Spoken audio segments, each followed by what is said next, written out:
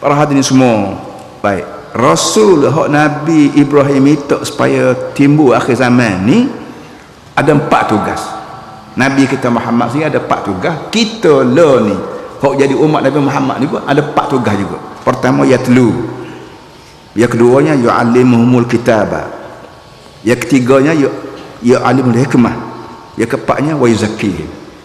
Lala ni bila kita berdepan dengan Quran, maka Quran ni kita kena baca, kerana tugas Nabi Muhammad yatlu alaihim ayati, membaca ayatmu ke atas mereka. Nabi, aku minta dari Allah, aku minta supaya dia baca ayatmu. Ayat bagi Nabi Muhammad ialah Quran. Quran ni ayat khusus diturun oleh Allah ke Nabi kita Muhammad. Kerja Nabi Muhammad yatlu, dan kerja kita juga yatlu, baca ayat. Kita Melayu Kelantan ni zaman 50 tahun hari tu orang baca Quran. Lah ni orang lok ke radio baca Quran. Pergi kedai beli kaset sombak dalam radio, apa bunyi suara Quran, kita duk gerti main sak rokok lah apa semua sekali. Ini perangai yang tak patut berlaku.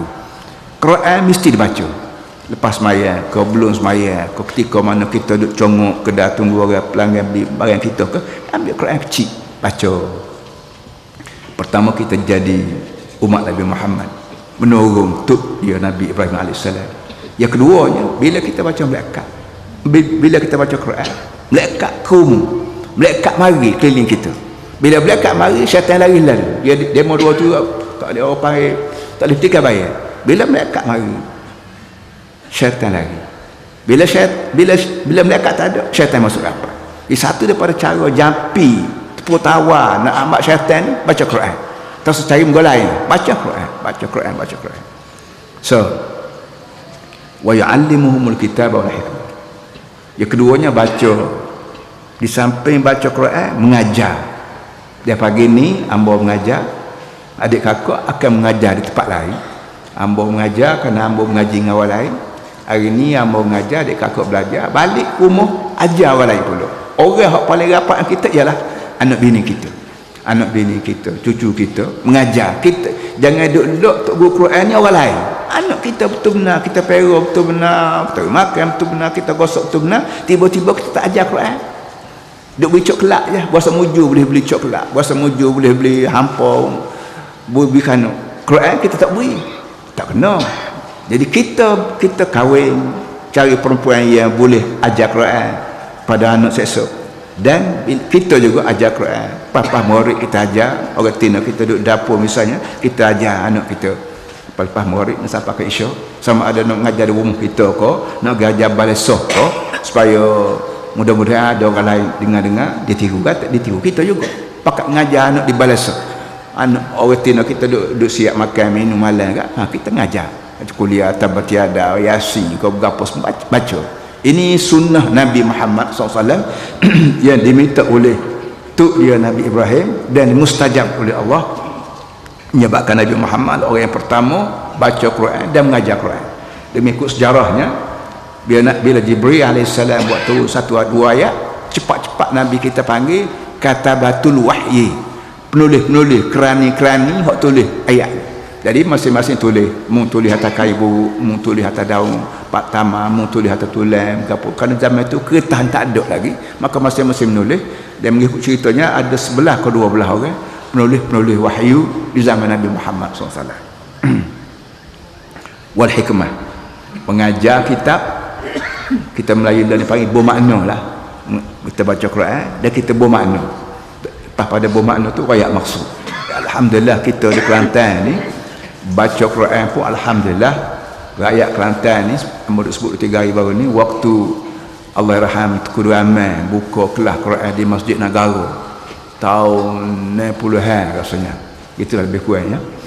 Tiap-tiap buah negeri dia minta kira 2 orang pergi ngaji situ. Kelantan ni dia tak ada kira orang, dia kira untuk guru atau handalan Kelantan. Tika Tuku Aman Allahyarham buka kelas Quran, orang lain kira anak murid ngaji, tapi Kelantan kira untuk guru, iaitu Allahyarham Datuk Haji Noor Ibrahim, Mufti Kelantan. Mufti Kelantan ni orang hafal Quran dan tajwid asal kira lah, hak mengaji tajwid pak dia tu ramai lah. Jadi Makna tu Quran ni bagi orang Kelantan ni bukan benda baru, benda lama. Baca Quran dia boleh berlagu lah. Mak Perga, Allah irham Haji Ahmad Perga, dapat nama satu seumur. Siapa dia orangnya? Pergau daripada Ulu Kelantan. Ulu Kelantan dapat kelas satu seumur. Ni kelebihan apa nama, kelebihan Kelantan. Ya kita kena faham. Kelantan ni Tuhan beri pada kita ni, betul lah waktu orang kata Serami Mekah ni, alhamdulillah kita buat semujud dan bahagia benar. Dan kita kena jaga sum'ah, image orang Kelantan ni, orang Serami Mekah, dengan pakaiannya, betul orang perempuan, dengan perangai yang tak utik, sehingga boleh bang di orang Kelantan pergi ke mana-mana pun siapa tanya mayat orang tu tak sebang orang Kelantan bang macam ni. Ini kelebihan orang Kelantan. Lain pada dodo, lain pada wudu apa tu, kita Kelantan tu yang bui benda-benda begitu, mesti dikekalkan. Wal hikmah, lain pada mengajar kitab Quran, mengajar juga hikmah. Hikmah orang Melayu panggil hikmah juga. Hikmah kita panggil bijaksana. Dan tafsir dalam banyak-banyak tafsir hikmah ni ialah sunnah Nabi sallallahu alaihi wasallam. Tugas Nabi Muhammad ni selain pada baca Quran, mengajar tafsir Quran, bila dia mengajar tafsir, arti dia keluar ke hadis.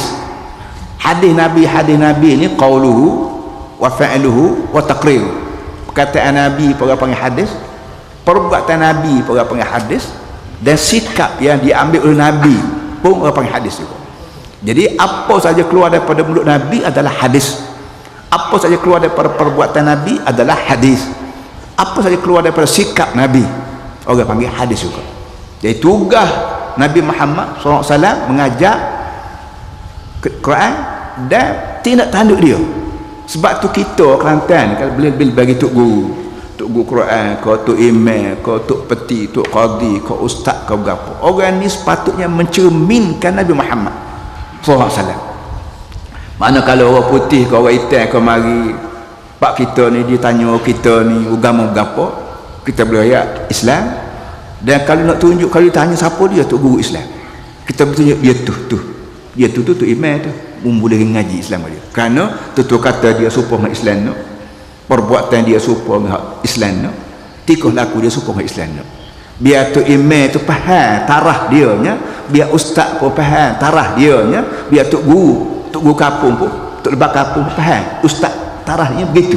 Tutur kata dia bukan saja melekat perhati, manusia perhati, perbuatan dia, tingkah baik duduk kedai kopi, kau baik di ladang, kau baik jadi orang meniaga, kau berapa, biar mencerminkan tingkah laku Nabi Muhammad SAW.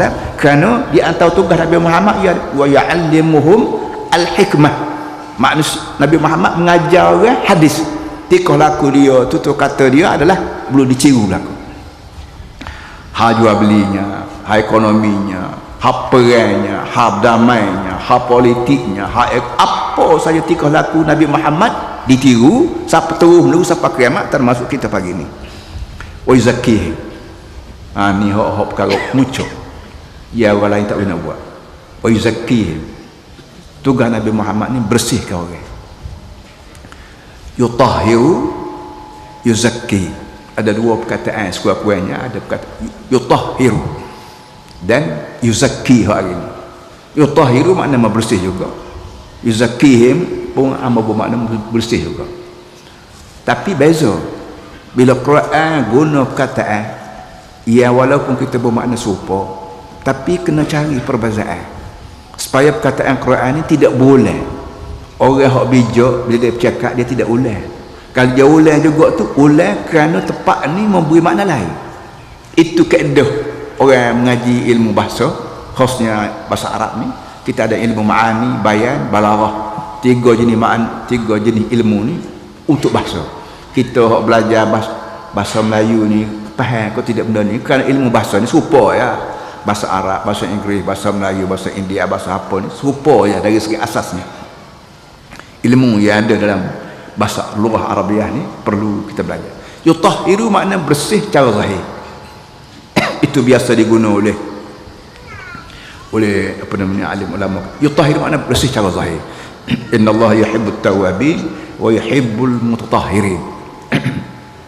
Kita orang Islam ni pakai bersih zahir, muka bersih, pakaian bersih, kereta bersih, kaki tangan kita bersih. Kenapa? Kerana kita orang Islam. Bukan kerana kita orang Melayu, kerana kita orang Islam.